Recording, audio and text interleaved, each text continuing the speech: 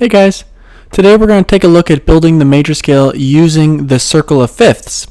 This video is in conjunction with another video that also tells you how to build the major scale using the steps method. This one is just a different method. Some folks think this is easier, some folks think the other one's easier. After watching this, you should decide which method is best for you and go with that. Alright, so starting with this, just to review, the major scale, it's one of the basic building blocks of music. We use it a lot as performers, not only as practice on our instrument to get us better in different key signatures, but also as an exercise during warm-ups.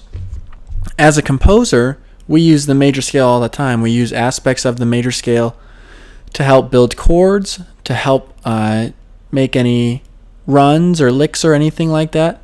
It's of crucial importance, so that's why we take so much time trying to figure out how to construct it and get an understanding for its importance in music. So the circle of fifths method, in my opinion, I think this is the easier one, but there are a few more steps involved, albeit they don't take as long. So you start by establishing a starting note. So in our example, we will start with E flat, and then we'll do another one in A, in the key of A. So we'll talk about that. Number 2, build the scale by adding the notes on the staff until you get to the starting note's higher octave. So you essentially just write in the notes on the staff going up, right? Every line and space in between those notes that you've selected, right? If you're starting on E flat, all the notes in between E flat and the top note, and the top E flat.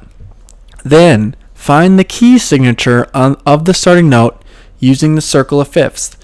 If you've never used the circle of fifths before, you can find it really easily on the internet. It's in a lot of beginning band books and even more intermediate and advanced band books. If you are in a music classroom, there's a good chance that it can be found on the wall. So the circle of fifths is something that is very easy to find. Then you have to apply the appropriate accidentals to the notes that you've already written on the staff. So you need to know in this one what the order of flats and sharps are as well. I have a mnemonic device that my middle school band director taught me, and I teach that to my students, so that might help you. So first off, this is the circle of fifths. If you've never seen it before, it shows you, the different note that you might start on. Then it's going to tell you how many flats or sharps are in the key signature. So for example, if you were to look at A flat, you look over here at its corresponding key signature and there are 4 flats. You could look, squint and look in and see what notes are these flats applied to, or in a little bit, in the next slide here, you can use the order of flats and sharps. So if you were to look at the key of D, you'll notice that has 2 sharps. So this is just something to keep in mind when using the circle of fifths method. That's kind of how you use this resource. This is something that you're looking for. Now, the order of flats and sharps. The order of flats I learned as battle ends and down goes Charles' father. It's kind of a weird sentence at first. Makes sense. Some people think bead, greatest common factor. It's going to be whatever is best for you. Then the order of sharps, and this is the reason that I use this sentence, is because it's just the flats reversed. Father Charles goes down and ends battle. F, C, G, D, A, E, B. Whatever is going to work best for you, however you're going to best remember it, that's what you're going to want to go with. So now, let's go back to note flight here, and we're going to start with the key of E flat. So, step 1, take a look. Start by establishing a starting note. Cool. Let's do E flat. So we'll throw E flat in there. All right. Step number 2. Build the scale by adding the notes on the staff until you get to the starting note's higher octave. Okay, so we're starting on E flat. All right, we're going to add a note there. Line, space, line, space, line. And then this is our top note because we know how to read the music staff. That's going to get us to E flat. So step 2, check. Find the key signature of the starting note using the circle of fifths. Okay, so our first note is E flat, right there. 3 flats. Okay. 3 flats. What are those 3 flats again? Battle, ends, and. Those are the first 3 flats, B, E, and A.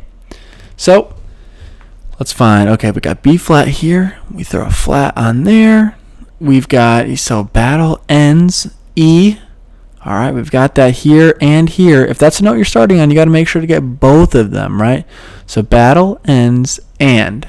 So here's and. Throw the flat on there, and then you're done. We've constructed an E flat major scale that easy.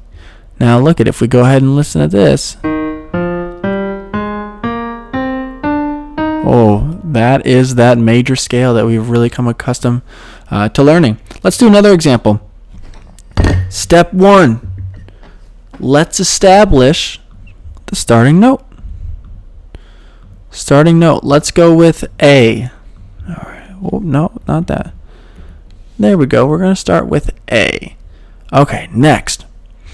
Okay, build a scale by adding the notes on the staff until you get to the starting note's higher octave.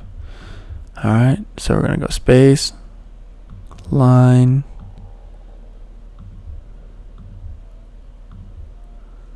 here's G, back to A. Yeah, okay, so now, step 3, find the key signature of the starting note using the circle of fifths. We're looking for A. Here's A. 3 sharps. Now, 3 sharps. What's the order of sharps? Remember, flats and sharps are different.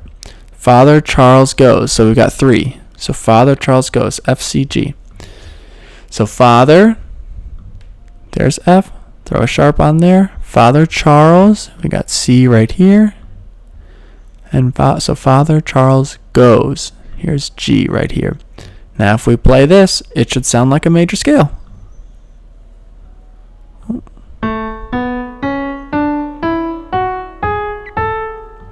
As I said, I feel like this is the easier method, but you do have to know a few more things. You have to know how to use the circle of fifths. You have to know the order of flats. Whatever you feel is the easiest for you, whether it be this using the circle of fifths or using the steps method, go with that and really feel confident using that. Get comfortable using it. I look forward to seeing what you can do with this. Let me know what helped you and what didn't help you in the comments. Thanks so much.